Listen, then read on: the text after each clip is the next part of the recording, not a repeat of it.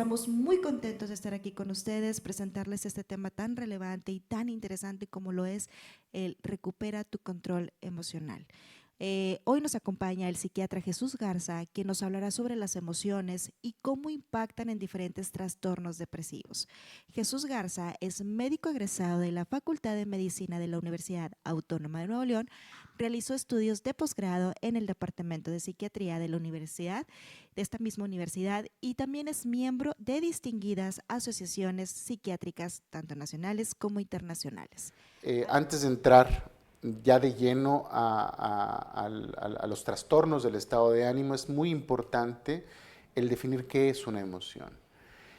A diferencia de lo que el título menciona, las emociones no se controlan, las emociones son reacciones neurofisiológicas complejas en donde diferentes órganos, diferentes sistemas van a responder de forma automática, de forma autónoma, de forma, digamos, aparte de la conciencia.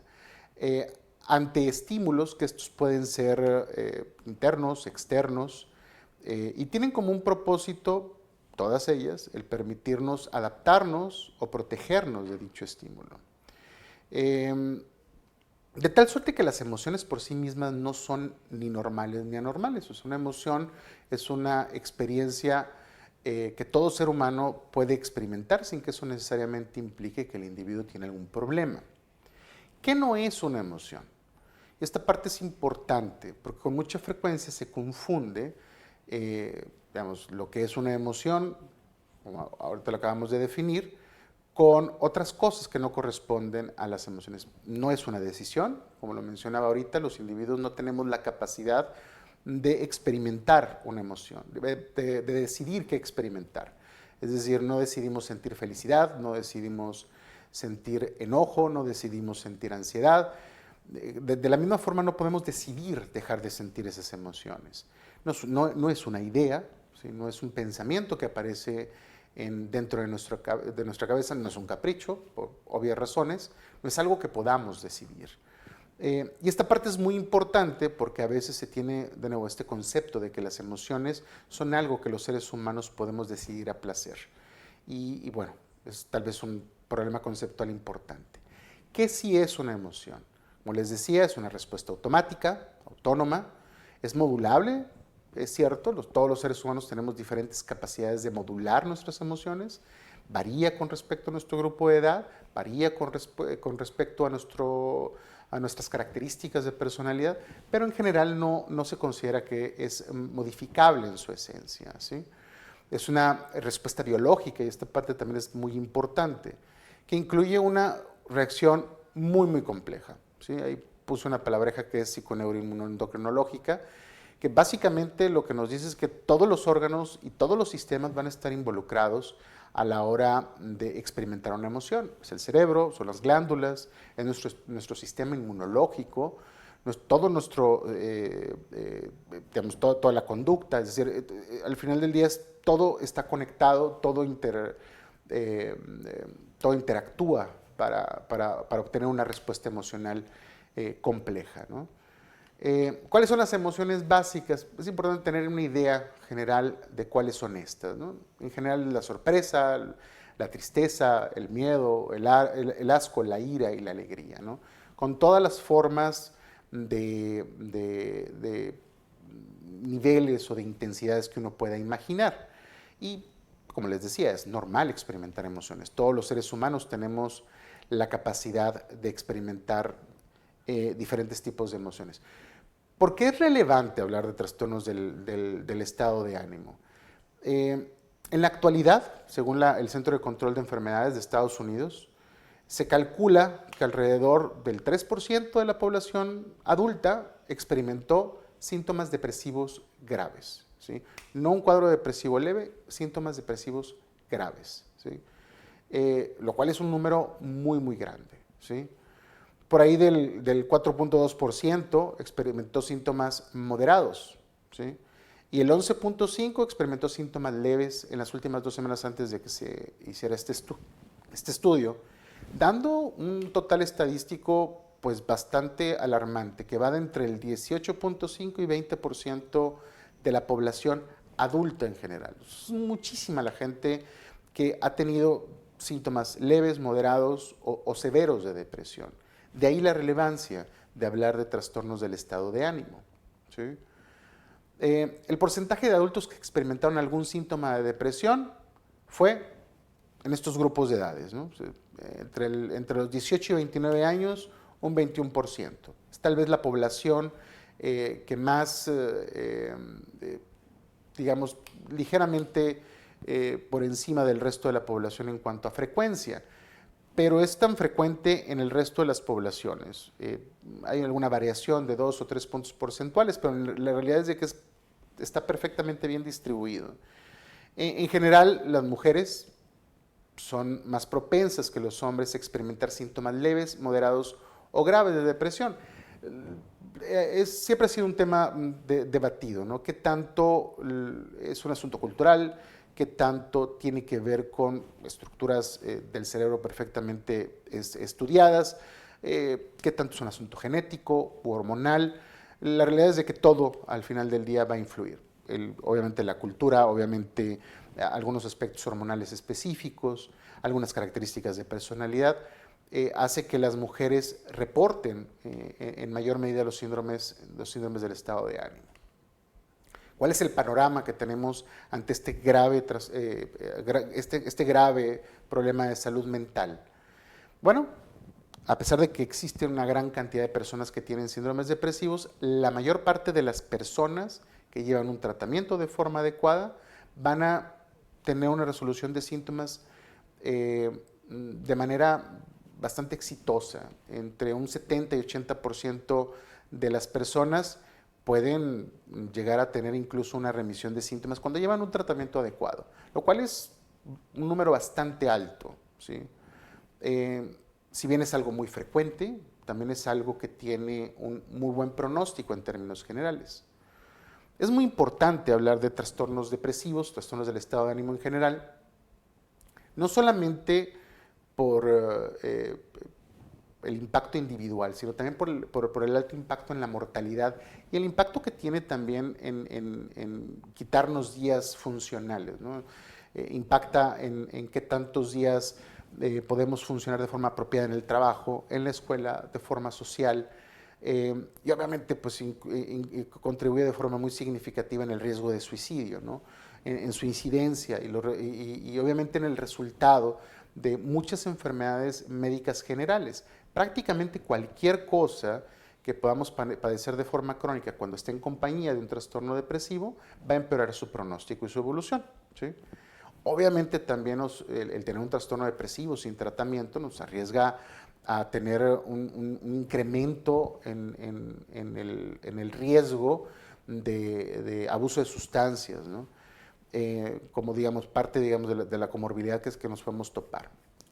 ¿Cuáles son los signos y síntomas generales que los pacientes pueden experimentar? Son muchos, desde síntomas subclínicos, síntomas que no se notan mucho, hasta síntomas que hacen, digamos, porque por lo intensos y por lo evidentes son muy difíciles de ignorar.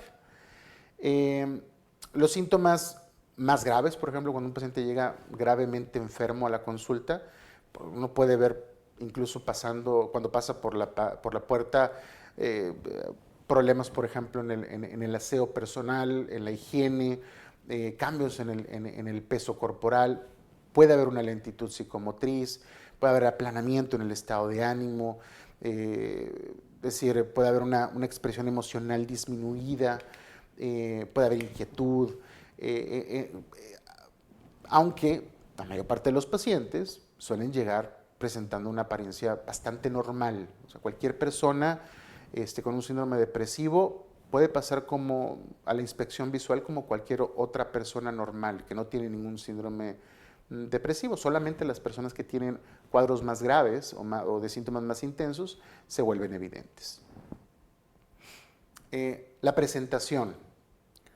Los pacientes con trastornos depresivos pueden no presentarse, como les decía, inicialmente aquejando un grave cambio en el estado de ánimo. A veces pueden mencionar irritabilidad, pueden mencionar cambios en la forma en que experimentan el placer, u otros síntomas que no son tan típicos, ¿sí? Como por ejemplo síntomas gastrointestinales, síntomas dolorosos, eh, entre otras muchas cosas, cambios incluso en el patrón de sueño, ¿sí? De tal suerte que la mayor parte de los pacientes que tienen síntomas depresivos, antes de llegar con un profesional de la salud mental, habrán pasado generalmente por el entorno de atención primaria. Y como les decía, la mayor parte de las quejas suelen ser físicas, ¿sí? Puede haber fatiga, dolor de cabeza, síntomas de ansiedad, cambios, síntomas gastrointestinales, colon irritable, gastritis. Puede haber cambios en el peso, desde el incremento hasta la disminución, dolores de cabeza frecuentes, como les decía, en forma de contracturas musculares, entre otras muchas cosas. O sea, al principio puede el paciente llegar a la atención primaria asumiendo que lo que les ocurre puede ser un síntoma que no tiene nada que ver con el estado de ánimo. Y ya en un estudio, digamos, un interrogatorio mucho más dirigido, nos vamos topando con que hay cambios en el patrón de estado de ánimo de ese grupo de individuos con frecuencia. Ahora, ya de forma mucho más típica, cuando empezamos a interrogar, cuando empezamos a estudiar este tipo de pacientes, pues bueno, nos vamos a topar con que frecuentemente tienen un estado de ánimo depresivo, que es tal vez la característica más frecuente de los síndromes depresivos. Puede haber alteraciones en el patrón de sueño, puede haber insomnio, el paciente puede estar durmiendo de más, pero incluso pueden los pacientes estar durmiendo de forma satisfactoria en cuanto a cantidad de horas, pero tener esa sensación de poco descanso, ¿no? De tener un sueño más superficial. O sea, hay cambios en el patrón de sueño. Puede haber agitación o lentitud psicomotriz, o sea, los pacientes pueden estar inquietos, tensos, con una sensación como de ansiedad interna, o incluso puede haber reducción en la activación psicomotriz. Suele haber, los pacientes suelen mencionar fatiga o cansancio, esta pérdida de energía en donde les cuesta más trabajo hacer cosas que usualmente no costaban tanto trabajo, ¿no? A momentos puede haber estos sentimientos, estas ideas como de minusvalía o como de pobre importancia o de culpa recurrente. Hay dificultades para concentrarse o incluso para poner atención. Las personas muchas veces pueden decir, bueno, estoy empezando a olvidar las cosas, estoy empezando a estar menos reactivo, me cuesta más trabajo recordar cosas que usualmente no me costaban tanto trabajo. Y obviamente en situaciones ya más graves puede haber pensamientos recurrentes de muerte. Muchas veces no como una idea suicida propiamente, muchas veces como pensamientos únicamente de me gustaría no estar despierto, me gustaría no despertar mañana, etcétera. Más como un pensamiento orientado en dejar de sentirse tan mal como lo están haciendo. Ahora, no solamente los síntomas son múltiples, también hay muchos subtipos de trastorno depresivo. Y generalmente se define con respecto a los síntomas que van acompañando de manera primaria a este cambio dramático en el estado de ánimo. Con frecuencia, lo más común es que vayan acompañados con síntomas ansiosos, ¿sí?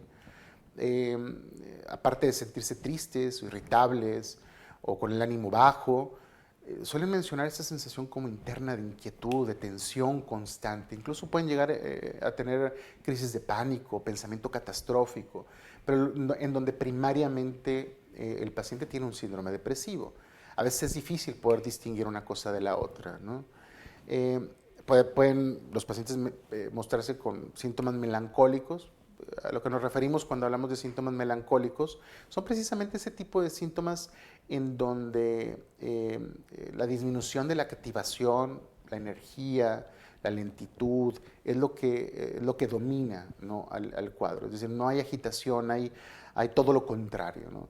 Y obviamente hay subtipos ya mucho más específicos, tal vez algunos más frecuentes, unos menos frecuentes. Por ejemplo, en donde hay síntomas catatónicos, eso es muy infrecuente. Cada vez estamos más sensibilizados al reconocimiento de la depresión postparto, que si bien no es, ha habido mucho debate, que si es un asunto hormonal, que si es un asunto medioambiental, adaptativo. Bueno, hay todo un cuerpo teórico que nos ha ayudado a entender los síndromes depresivos posparto, con todas sus características. Afortunadamente cada vez estamos más sensibilizados a ello y nos permite también hacer intervenciones tempranas e impactar de forma muy significativa en el proceso de maternaje de la mamá y obviamente en el desarrollo del bebé. Otro grupo importante, tal vez no tanto en la población mexicana, sin embargo sí es importante, es los síndromes depresivos estacionales, en donde con cierta regularidad calendaria las personas pueden experimentar cambios en el estado de ánimo. Generalmente en los meses en donde empieza a reducirse la luz solar, en donde empieza a haber un cambio en el clima ambiental, estos individuos empiezan a notar cambios en la energía, cambios en el estado de ánimo en general. Les decía que no tanto en la población mexicana, porque bueno, hay sitios en el mundo en donde en el invierno deja de haber luz solar. Y se ha relacionado la presencia de luz solar con cambios muy serios en el estado de ánimo. En ese tipo de sitios a veces se recomienda incluso la terapia con luz, ¿no? Precisamente para ayudarles con este tipo de síndromes. Sin embargo, obviamente ahorita que estamos llegando a diciembre, son épocas cargadas de nostalgia, son épocas cargadas con mucha emoción, ¿no? Entonces eso finalmente se convierte en algo que predispone a que los individuos que tienen algún tipo de sensibilidad o que de alguna forma están predispuestos a desarrollar síntomas depresivos, bueno, se conviertan como este cambio en la temporada en un disparador, ¿no? Esta parte es importante porque a veces pensamos que, bueno, estás deprimido, entonces no hay que buscarte absolutamente ninguna otra causa de tu cambio en el estado de ánimo. Y todo lo contrario. O sea, cuando una persona tiene un cambio en el estado de ánimo, hay que buscar cualquier otra forma de explicación, cualquier otra cosa que pudiera darnos los síntomas que estamos viendo en el paciente. Y eso puede ser una gran cantidad de padecimientos, desde enfermedades específicas del sistema nervioso central hasta infecciones, ¿sí? Cambios en el estado de ánimo inducidos por sustancias, trastornos del sueño como la apnea obstructiva del sueño, enfermedades endocrinológicas como, no sé, cambios en el funcionamiento tiroideo, entre otras muchas causas, ¿no? Entonces sí es muy importante el que hayamos descartado, hayamos identificado en dado caso la comorbilidad con este tipo de síndromes, porque sí hay un cambio en el pronóstico. Es decir, yo puedo iniciar un tratamiento en un paciente que tiene un trastorno depresivo y por descuido o por falta de conocimiento no investigué, por ejemplo, el funcionamiento de su glándula tiroides y el paciente no mejora y trae ganancia de peso y está cansado y está con falta de energía. Entonces le pido un examen tiroideo y me topo con que tiene hipotiroidismo, ¿no? No me malentiendan, pueden coexistir ambas cosas. O sea, puede el paciente tener un trastorno depresivo y te puede tener hipotiroidismo, pero si yo no he controlado el trastorno endocrinológico, pues difícilmente voy a poder saber si existen las dos cosas. Por eso es importante el diagnóstico diferencial, ¿no? Identificar la salud general del paciente, no solamente la salud mental. Esta parte es una parte importante que con frecuencia los pacientes me preguntan. Y es de particular importancia porque afortunadamente y desafortunadamente el diagnóstico en trastornos depresivos y en general en psiquiatría es un diagnóstico clínico, es decir, es lo que el paciente relata, es lo que uno como profesional de la salud identifica. Y les decía que desafortunadamente, porque a veces eso no es suficiente para convencer al paciente, o el argumento a veces no es lo suficientemente fuerte. Bueno, es lo mismo que un médico te diga, bueno, en base a lo que tú me has narrado, se integra este síndrome depresivo en tu caso. a decirle, mira, en este examen de laboratorio que te saqué, en este examen de imagen que obtuvimos, vemos esto o vemos aquello. Y a veces eso complica esta fase de la atención, la parte diagnóstica, ¿no? Eh, eh, Sigue sin existir, digamos, instrumentos eh, que nos digan, este paciente tiene un síndrome depresivo porque salió alto en tal estudio, o salió bajo en tal estudio, o aquel estudio de imagen está alterado. Hay algunos estudios ahí de imagen que son prometedores, pero en general no se solicitan, ¿no? De tal suerte que es muy importante que quien esté haciendo el diagnóstico incluya una evaluación médica integral, por lo que les decía yo en la anterior lámina, para descartar cualquier otro tipo de origen o la presencia de comorbilidad, ¿no? Sin embargo, como les decía, sí hay que pedirles exámenes de laboratorio, sí hay que pedirles exámenes, incluso interconsultas con otros servicios, para identificar, para tratar o para descartar. En cuanto a tratamientos, la tasa de recuperación es alta en los pacientes con trastornos depresivos. 70-80% de pacientes mejoran de forma significativa. Es muy alto para una forma de intervención médica. Total, y esta parte puede ser un poco controversial. Porque ahorita les decía yo que finalmente una emoción, al final de cuentas es algo automático, es algo que el paciente no está buscando hacer.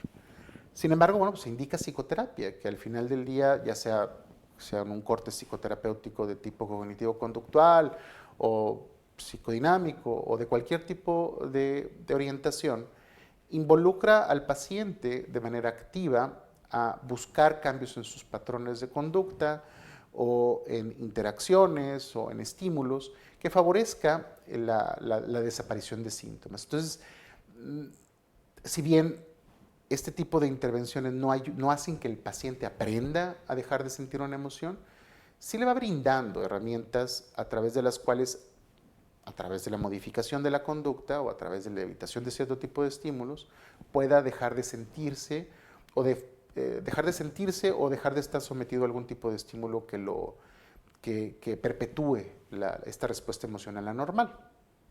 Entonces ahí es donde la conducta sí modifica la biología de nuestro cerebro, de la misma forma que nuestro cerebro modifica nuestra conducta, ¿no? Obviamente las medicinas siguen siendo la piedra angular de cualquier tratamiento en algún trastorno depresivo ya diagnosticado. La mayoría de las medicinas en la actualidad son medicinas muy nobles, tienen pocos efectos secundarios, en general se toleran extraordinariamente bien. Tenemos un buen grupo de medicinas de diferentes perfiles. No producen habituación, no producen dependencia. En general son intervenciones bastante sencillas de hacer incluso desde atención primaria. Hay particularidades en el manejo de ciertos fármacos, cuáles son mejores para un perfil o cuáles son mejores para otro perfil. O que si apareció un efecto secundario, ¿qué hacemos? Que si lo cambiamos, que si ponemos alguna otra medicina. Pero ya son vicisitudes del tratamiento, ¿no? Y al respecto de los cambios en el estilo de vida, también eso es algo que con frecuencia se topa en el consultorio. Bueno, ¿qué tal si hago ejercicio, doctor? ¿Qué tal si cambio mi dieta? ¿Qué tal si me cambio de casa, me cambio de ciudad? Es cierto que cuando hacemos cosas que nos generan bienestar o nos generan placer, pues vamos a sentir de esa manera, ¿sí? De la misma forma que si hacemos cosas que nos desagradan, nos vamos a sentir pues mal, ¿no? Entonces, a la pregunta de, oye, si empiezo a hacer ejercicio, ¿me voy a sentir mejor? Suelo contestar de esa forma, ¿no? ¿Te gusta hacer ejercicio? Sí. Pues es probable que te vaya a ayudar, ¿sí? Te vas a sentir mejor. Oye, pero estoy haciendo ejercicio y no me siento bien. Bueno, podemos esperar a que empieces a sentirte un poco mejor, ¿sí? Como les digo, no es como que el ejercicio me va a quitar el síndrome depresivo. No, no te va a quitar el síndrome depresivo. Pero puede favorecerlo, tanto por cuestiones ahí fisiológicas específicas del ejercicio, como también porque puede ser una actividad placentera, ¿sí? Y como les digo, entre mayor actividad placentera podamos encontrar sintiéndonos tan mal, pues mejor va a ser la recuperación. Y bueno, esa es la última lámina. Suelo hacer las presentaciones más bien breves para dejar muchas dudas y dejar muchas preguntas. Espero que haya sido esta información útil y les resulte útil. Pues bueno, abremos el espacio de preguntas.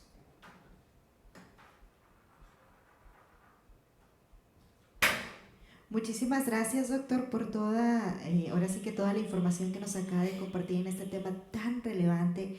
Y bueno, me gustaría pasar a algunas preguntas que tenemos aquí de la audiencia, que tienen algunas dudas. Y voy con la primera pregunta, doctor. Adelante. ¿En qué momento se puede diagnosticar que se superó la depresión? Bueno, la respuesta por consenso es que una vez que el paciente ha llevado un tratamiento que lo haya llevado a estar libre de síntomas por al menos entre 8 y 12 meses, se puede hablar de que el paciente ha cumplido una fase del tratamiento. Generalmente la dividimos en 3 fases, ¿no? La fase de inicio, la fase de mantenimiento y la fase de terminación. La fase más larga es la de mantenimiento. Ya que el paciente está estable, ya que el paciente no tiene síntomas, se deja la medicina por un tiempo prolongado, de nuevo, pueden ser 8, 12, 24 meses, depende mucho del paciente. Si el paciente está estable, se puede hacer una prueba de suspensión. Se reduce la medicina, se suspende y se observa. Y si no hay un retorno de síntomas, bueno, se puede hablar de que el paciente está en remisión persistente a pesar de la suspensión de la medicina. Y si no hay un retorno de síntomas, pues el paciente está dado de alta, ¿sí? Hay pacientes que van a tener recaídas, ¿sí? Pueden ser tempranas, pueden ser más tardías. Hay pacientes que pasan años sin tener nuevamente síntomas y bueno, vuelven al consultorio años después. Hay pacientes que al mes, a la semana, a los 2 meses. Bueno, eso nos indica que el paciente necesita más tiempo de exposición a la medicina. Excelente, doctor. Muchas gracias. Pasamos a la siguiente pregunta y por aquí nos comentan cómo tratar este tema, ya que a mí en lo que se refleja es en el peso. Tengo aumentar de peso por más de que me cuide, en pocas palabras, en mí se refleja en el peso y en la falta de sueño. Justo cada vez hay más información, no entré en detalles por el fin de la presentación, pero cada vez existe mucho mayor información al respecto de cómo el sobrepeso, por la presencia de ciertas hormonas y ciertos factores ahí inflamatorios, favorece cambios en los centros de regulación del estado de ánimo, ¿sí? O sea, es decir, deteriora el cerebro.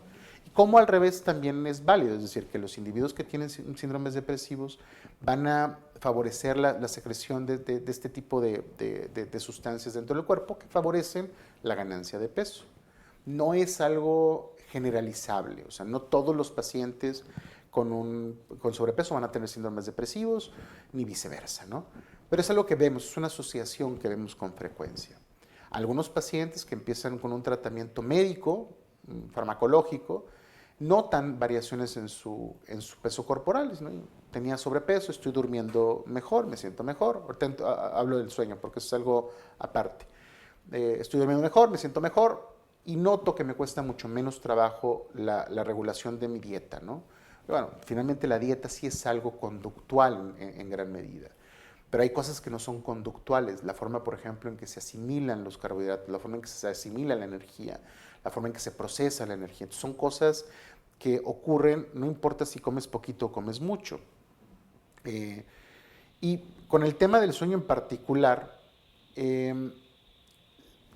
cada vez hay más información. Estaba leyendo un artículo reciente que veía en mujeres que duermen entre hora y media o 2 horas menos del promedio de horas que necesitan dormir por noche, van a tener un incremento de peso, no recuerdo bien la cifra, pero van a tener mayor tendencia a ganar peso, ¿sí? Que aquellas mujeres que duermen de forma apropiada. Y eso es generalizable, o sea, el sueño, cuando es menos la cantidad de horas de sueño necesarias para el individuo, hay cosas que ocurren, ciertas cosas que el organismo tiene que hacer para mantenerte funcional que favorecen la ganancia de peso, ¿sí? Entonces se convierte como en un círculo vicioso. Entonces el sueño es muy importante. Si hay insomnio, pues bueno, hay que tratar el insomnio, porque muchas veces el origen del insomnio pues, bueno, es un trastorno depresivo, un trastorno de ansiedad, a veces son hábitos, a veces es el trabajo, a veces hay muchísimas causas, ¿no? Entonces sí, son cosas que se tienen que abordar de esa manera. Muy bien, doctor, excelente. Pasamos a la siguiente pregunta y nos preguntan, ¿cómo le podemos hacer frente a la depresión en la temporada decembrina? Lo que les decía yo acerca de la presentación de síndromes afectivos ahí estacionales. La pregunta es, digo, la respuesta depende.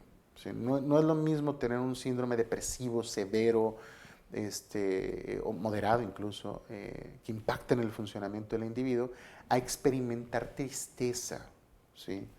Es muy frecuente que, de nuevo, en las temporadas cargadas de nostalgia, como por ejemplo en los meses de diciembre, haya cambios en la manera en que nos sentimos. Eso varía con respecto a la historia de cada quien, ¿sí? Pero como les digo, no es necesariamente anormal sentir tristeza, siempre y cuando se mantenga, digamos, dentro de ese margen de funcionalidad.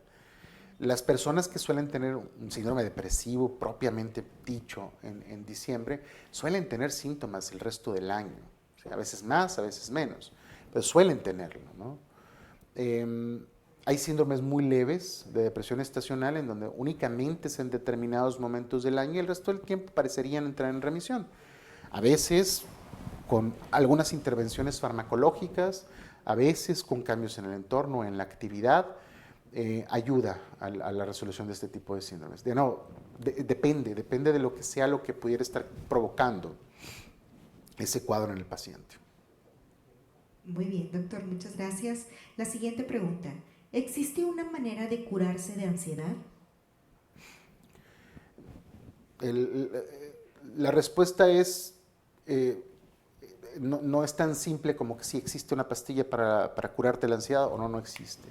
La realidad es que, como les decía, la ansiedad por sí misma no es una respuesta emocional necesariamente normal. Todos los seres humanos tenemos, más todos los animales con cerebro, tenemos la capacidad de experimentar una respuesta de lucha y fuga, que se convierte en un síndrome ansioso cuando ocurren cosas. Entonces, el objetivo de de tratamiento en un paciente con un trastorno ansioso no es que deje de experimentar ansiedad, porque eso no es posible, ¿sí? Sino que empiece a experimentar la ansiedad en el tipo de escenarios o bajo los estímulos que así lo requieran, ¿no? Porque es frecuente cuando estamos tratando pacientes con trastornos ansiosos que llegan a la consulta y dicen, bueno, es que estoy recayendo. Y cuando uno hace una exploración se da cuenta que el paciente relata, no, es que bueno, choqué y me puse súper ansioso o ansiosa, ¿verdad? Pues, chocaste, es una respuesta normal emocional ante eso, ¿no? Lo mismo ocurre con los síndromes depresivos, de que oye, estaba muy bien, pero tuve una pérdida, falleció alguien y me estoy sintiendo triste. Porque, bueno, es normal sentir tristeza ante una pérdida.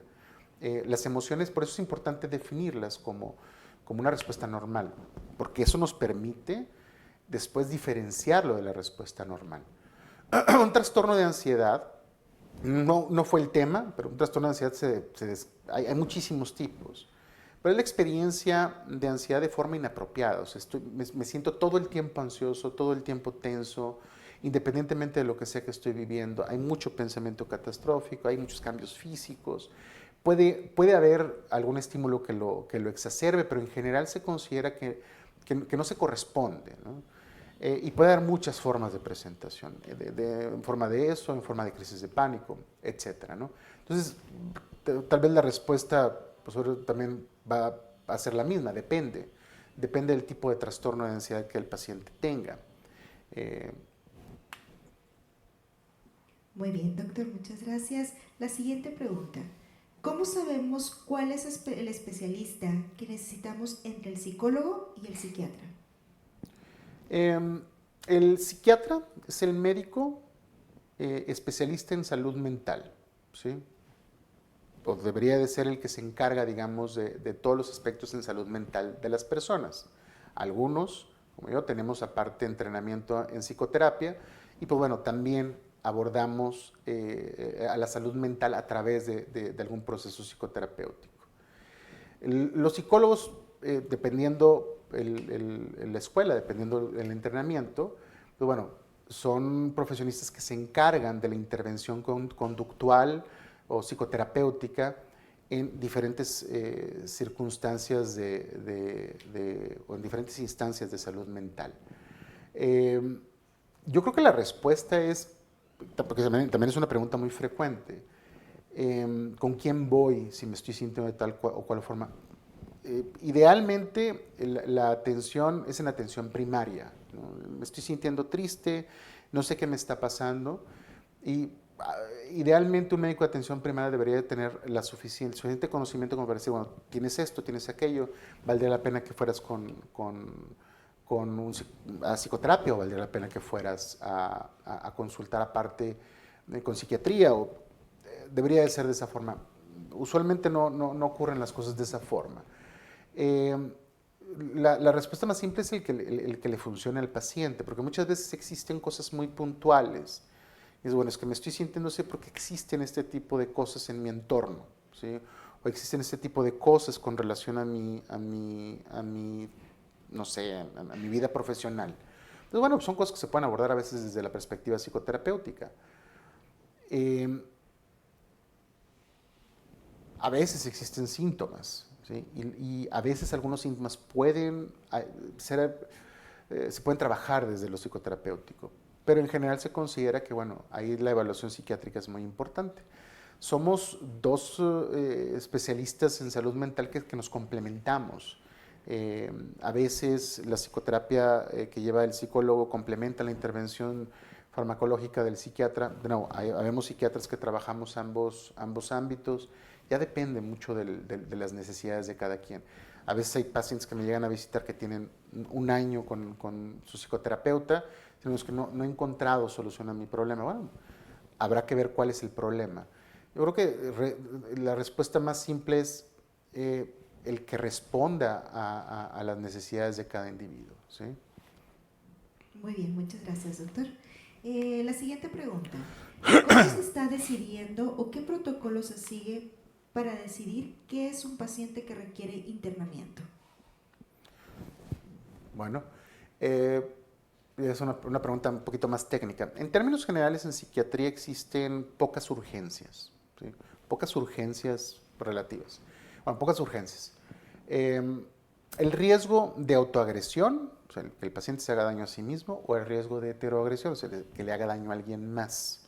Tal vez son las dos causas más importantes de internamiento, ¿no? Que un paciente, por su estado, pueda poner en riesgo su vida, ya sea a través de un intento de suicidio, ya sea a través de conducta imprudente o inapropiada, pues es una urgencia psiquiátrica, porque lo que tenemos que hacer es proteger la vida del individuo, ¿no?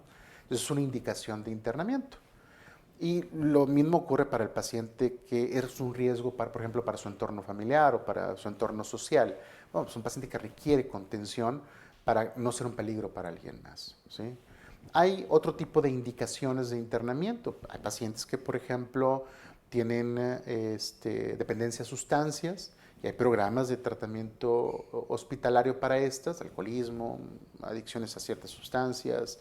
Y bueno, hay protocolos de internamiento para ese tipo de pacientes. Y de ahí hay otro tipo de indicaciones, ¿no? Hay pacientes que, por ejemplo, llegan con síntomas ansiosos muy intensos, pues bueno, hacemos internamientos muy breves en hospital para estabilizarlos. Es decir, hay otras indicaciones, pero las indicaciones más grandes o más graves son esas.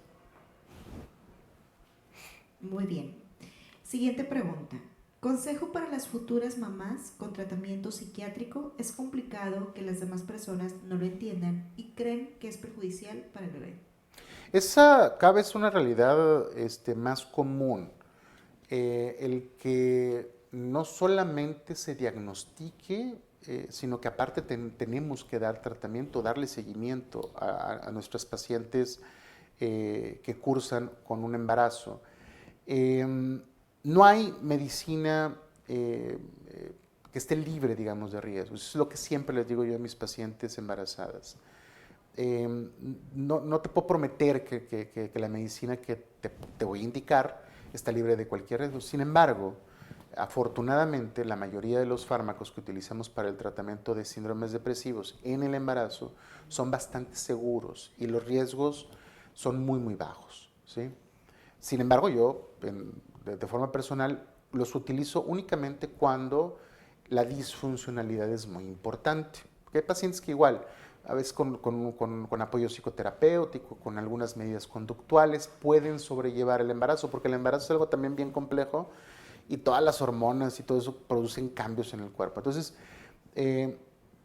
pero me refiero a aquellas pacientes que no, o sea, pacientes que su sintomatología no solamente les hace disfuncionar, sino también les pone en riesgo. A veces nos cuesta mucho trabajo entender que las emociones son algo que biológicamente está ocurriendo en nuestro cerebro, ¿sí? Que no es algo etéreo, no es algo metafísico, es algo que ocurre allí y que eso que ocurre allí puede ser modificado, ¿sí? No, a través de la conducta o a través de las medicinas o a través de algo que está funcionando mal ahí en un circuito cerebral. Pero el decirle a una paciente que está cursando un embarazo estable porque está tomándose su medicina y su bebé está perfectamente bien, decirle, oye, está mal que tomes una medicina para tu estado de ánimo, es como decirle a una paciente embarazada con diabetes gestacional, pues que no se aplique su medicina para la glucosa, ¿sí? Si no se controla la glucosa, pues se puede morir ella y se puede morir el bebé. Lo mismo aplica para los trastornos en el estado de ánimo en las mujeres durante el embarazo. Entonces sí hay que entender a la salud mental como parte de la salud, no como algo, de nuevo, que las personas deciden, ¿sí? Muy bien, doctor, muchas gracias. Siguiente pregunta. ¿Es verdad que la mayoría de los tratamientos antidepresivos afectan el deseo sexual? No todos y no a todas las personas, ¿sí? La mayor parte de las personas no manifiestan cambios en el deseo sexual ni cambios en la conducta sexual en general, la mayoría de ellos. Algunas personas que lo experimentan en algún momento del tratamiento y luego lo dejan de experimentar. Solamente es un porcentaje pequeño de personas que notan un impacto significativo con algunas de las medicinas, en cuyo caso lo que se hace es cambiar. O sea, hay otras medicinas y no necesariamente cuando cambiamos de medicina, la otra medicina también va a producir eso. Hay otras medicinas que no producen impacto sobre el deseo sexual en lo absoluto. Eh, bueno, no todas, no a todos y no siempre. Muy bien, muchas gracias, doctor. Vamos a responder dos preguntas más porque ya estamos en tiempo. Y la siguiente sería, ¿los trastornos psiquiátricos se heredan a los hijos? Están bastante complejas todas las preguntas que me están haciendo, me da mucho gusto y me siento muy halagado. Esa es una pregunta también bastante compleja, porque los seres humanos estamos hechos de genes, o sea, al final del día todo lo que somos pues, está en nuestro código genético, incluida la manera en que nuestro cerebro está estructurado y la forma en que funciona este. Tal suerte que, como muchas enfermedades, como la diabetes, como la hipertensión, como todas, existe un componente genético heredable. Sin embargo, como todas esas que acabo de mencionar, no porque existe ese gen, el individuo va a tener esa enfermedad. Se considera que son trastornos multifactoriales, es decir, que tienen que existir diferentes factores que en ese individuo en particular susceptible produzca la enfermedad, ¿sí? Entonces, ¿existe el riesgo estadístico de heredabilidad? Sí, no es un riesgo absoluto, ¿sí? Se consideran enfermedades multifactoriales. Muy bien, doctor, pasamos a la última pregunta ahora sí. Y esta pregunta nos la hace Heidi. ¿Qué es mejor para un paciente con anorexia por ansiedad? ¿Permitirle no comer o tratamientos farmacológicos para apoyarle al hambre y ansiedad? Híjole, los trastornos de la alimentación o de la conducta alimenticia son trastornos muy complejos, ¿sí? Que con mucha frecuencia requieren la intervención de múltiples profesionales de la salud, no solamente de la salud mental, y muchas veces se ven beneficiados del uso de medicinas, muchas veces se ven beneficiados de cambios en la conducta de la familia, del individuo, incluso de manejo hospitalario. Es muy complejo. Es una respuesta de, bueno, hay que obligarlo, no hay que obligarlo, hay que darle medicina, no hay que darle medicina. Depende, o sea, porque hay pacientes con trastornos de la conducta alimenticia que cuando les reduce uno la ansiedad o el pensamiento obsesivo, están menos propensos a la restricción de alimentos, ¿no? Pero hay pacientes que no, ¿sí? Hay pacientes que cuando los estructuran en casa o la familia, se trabaja con el paciente, les cuesta menos trabajo, por ejemplo, el tener hábitos alimenticios un poco más saludables. Hay pacientes que no, ¿sí? Hay pacientes que requieren un internamiento en el curso de su enfermedad y hay pacientes que no, ¿sí? Y depende del caso, definitivamente. Muchísimas gracias, doctor, por toda esta información tan valiosa que nos acaba de compartir, igual por todo su apoyo y también por ayudarnos a resolver las dudas. Gracias por la invitación. Espero que más que darles respuestas les haya dado, les haya provocado muchísimas más dudas y muchísimas más preguntas, que al final del día eso es lo que busca la plática, ¿no? Generar dudas, generar inquietudes, y acérquense a su profesional de la salud que tengan a la mano, e intenten contestarse esas preguntas. Gracias, doctor. Muy bien, pues muchas gracias a todos los que se conectaron a este webinar con esta información tan relevante. Ahora sí, les puedo decir, nos vemos en el 2024. Que tengan muy bonita tarde. Gracias.